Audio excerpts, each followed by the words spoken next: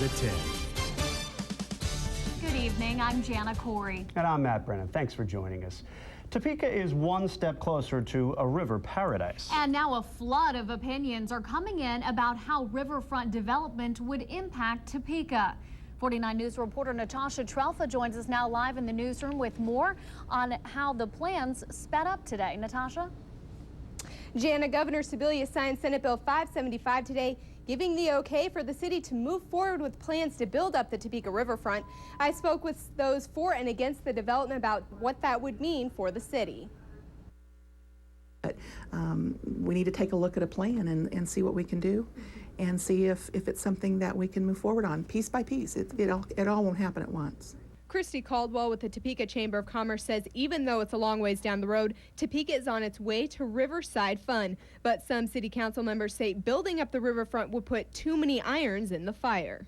We need to try to complete the things that we're in process of doing right now before we take on too much. City Councilman Brett Blackburn says he's not against building the riverfront, but he is concerned that if the city fails to get private investors, taxpayers will be saddled with the cost. That's an expense Blackburn and Topeka business owners say their wallets can't handle. To me, it's just a big waste of money. They have 10 tons of things in this city that need done more than more entertainment. I mean, they've let everything go to Wanamaker to begin with. City of Topeka is drying up. But some feel building up the river area will bring more people to Topeka and give the city a much-needed facelift. I think it's great. I think we need something like that in Topeka. I don't know, it just adds something more to it because we're getting a lot of people that doesn't want to live here.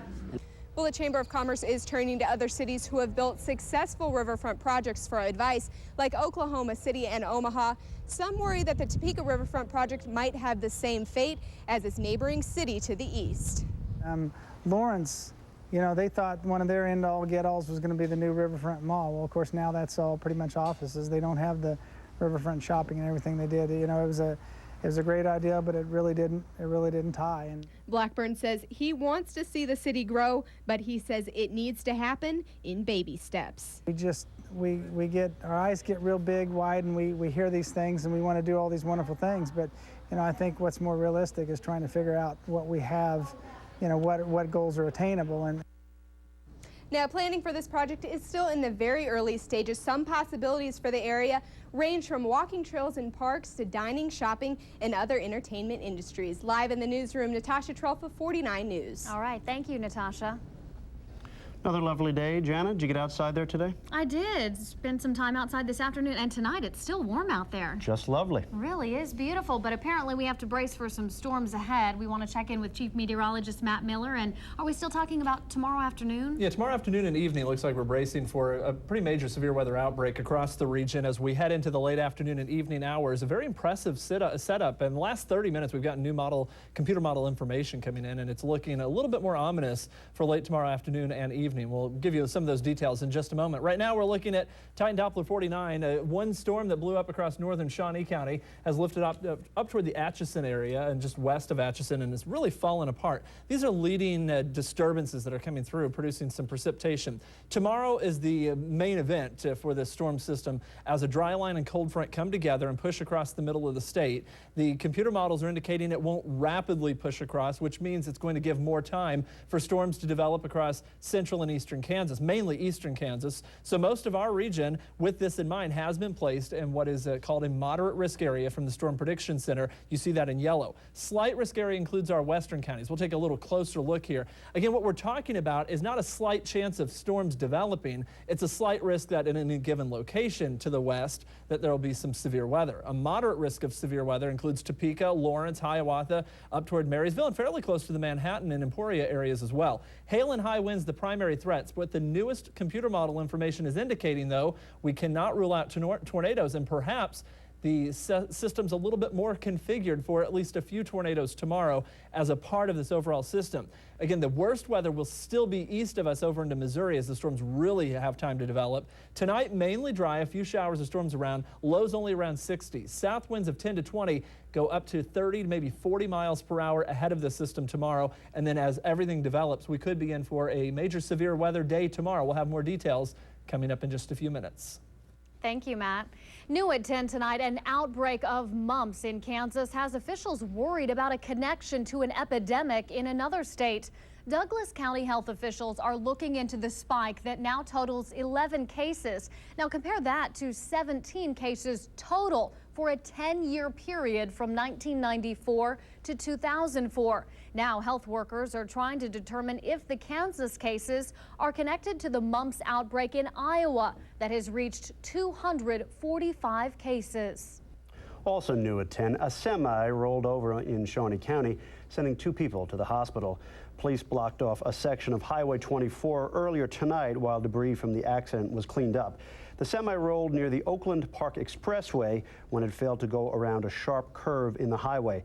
Officers say drivers need to slow down when taking turns as sharp as this one.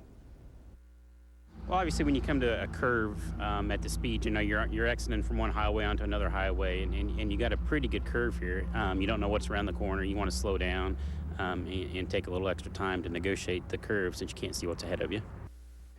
Officers say the passengers suffered only minor injuries. Police are still investigating to find out if driver error or a mechanical problem caused the accident. Topeka's police department is facing a shortage of reserve officers. Doug Hickman works for the 190th Air Refueling Wing at Forbes Field during the day, but at night he serves as a reserve officer.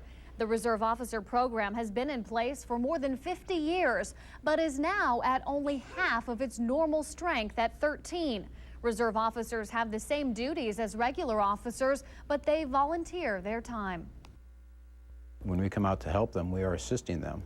Take some of their workload off of them. It gives them an extra back. Maybe it gives them an extra break for their lunches, their dinners, whatever they need.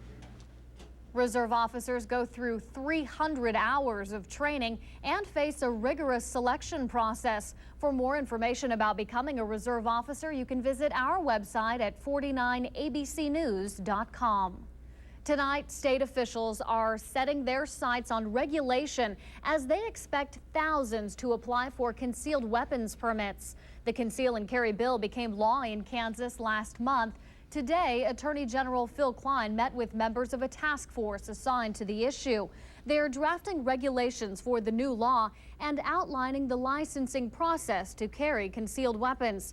People can begin applying for those licenses in July.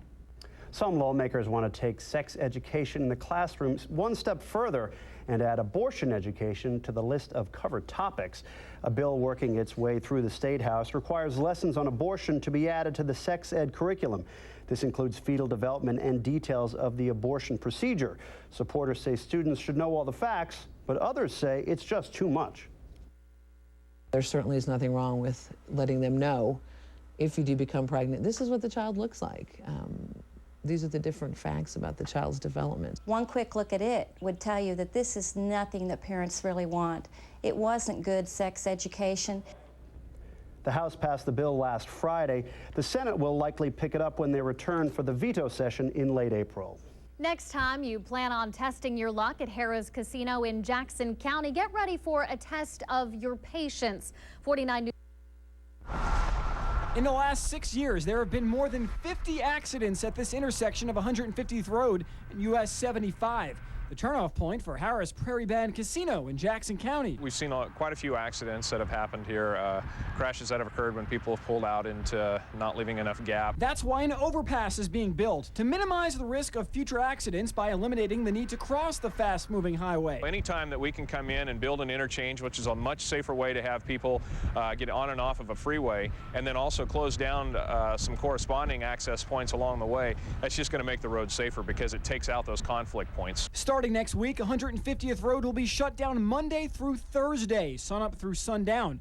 The closure will last for about 3 weeks while construction crews complete the beginning phases of the $11 million project. And if in fact you are intending on visiting the casino during the construction hours, those who work over at Harrah's say that the detours won't be that much of an inconvenience. Detour, it's only about a 3 to 5 minute drive. It keeps our customers on paved roads all the way to the casino, so we really anticipate that it'll be a minimum impact. Plus, 150th Road will remain open Friday through Sunday when the casino is at its busiest. But while the closure is in effect, casino goers will have to make the turn onto 158th instead of 150th. In Jackson County, Craig Gold, 49 News. And that project is expected to wrap up in November. Well, get ready to reach for your raincoat and your umbrella. That's right. The storms are brewing. Take a look outside on our Topeka Skycam. Chief Meteorologist Matt Miller will pinpoint when the storms will strike next. 49 News with the 49 News team. Jana Corey, Matt Brennan, Chief Meteorologist Matt Miller, and Sports Director Nick Griffith. 49 News at 10.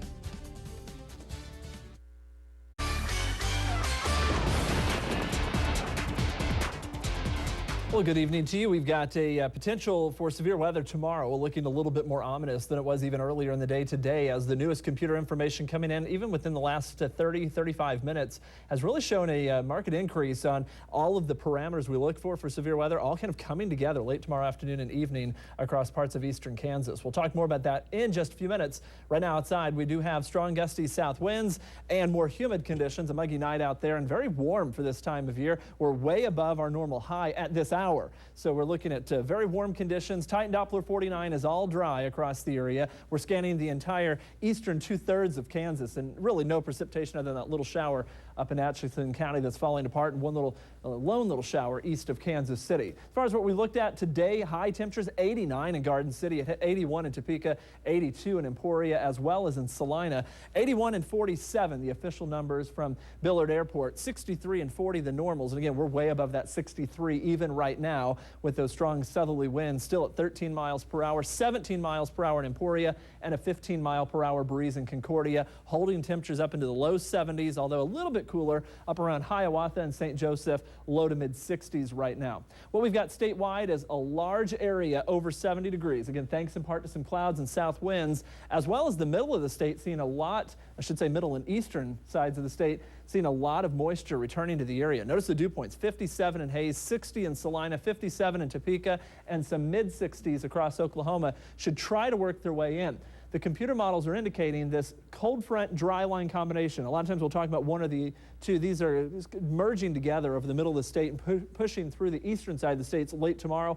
That arrival time is being pushed off a little bit later. Why that's important for us is there'll be enough time now for these thunderstorms to develop as they move on into the region, and especially western areas where we were thinking the severe weather threat was very low. Now a moderate threat with the greatest threat off to the east. Again, we'll talk about this in detail again tomorrow morning on Good Morning Kansas. Be sure to wake up and watch for that, because there's a lot of new information that'll come in overnight right before this event unfolds during the day. Showers have been breaking across the mountains, and notice areas of snow developing. That is that cold core to this low pressure system, an indication of just how cold it is. And here's a look at it on our jet stream flow. Here's the higher winds coming in. Watch as this system moves right into Kansas during the day tomorrow. That's going to provide the energy. What else we'll have at the surface? Again, dry line and cold front merge across Kansas and push their way eastward. Low is to our north, and that's going to allow for a south or southeast wind at the surface, and those south winds aloft cross each other. Gives the chance for storms to rotate. That's a big concern for tomorrow. Storms developing along the eastern half of the state and working their way into Missouri in an area that has already been outlined as a moderate risk area, slight risk to the west.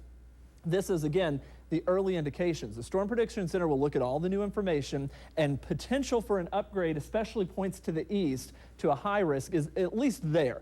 We're going to be watching this. There's one negative factor to all of this, and there's the suppressing layer that may stop some of these storms from forming for a while. But once they break through that, very violent thunderstorms will be possible, especially in the eastern half of the area tomorrow. Hail, high winds, and tornadoes all a risk for tomorrow. Now here's the thing, it will be isolated in nature. The bottom line for all of this for late tomorrow is again, most of the threats are in place that we look for. They may have that difficult time breaking through that capping that we'll have where that'll suppress some of the storms. The ones that do form will be discrete, meaning they can completely function on their own, not a squall line, but individualized storms, and the overall severe weather threat because of all that does appear a little bit more impressive than it did as much as just a few hours ago. So we're looking at what looks like a little higher risk going into the day tomorrow. Low 60s in the morning, a very warm start to the day. We'll warm up into the upper 70s and low 80s. Storms will start breaking out during the afternoon and early evening, and then push away during the night. We'll look for possibly another round wrapping back around the backside of the system and some colder air on Friday. Notice the temperatures, 40s, 50s, and maybe up into the 60s, and any storms that form on Friday could bring us some hail. So for tomorrow, 81 degrees for Council Grove, strong gusty southwest winds. To the west, a slight chance of storms. Windy in Manhattan, 81. Again, the farther east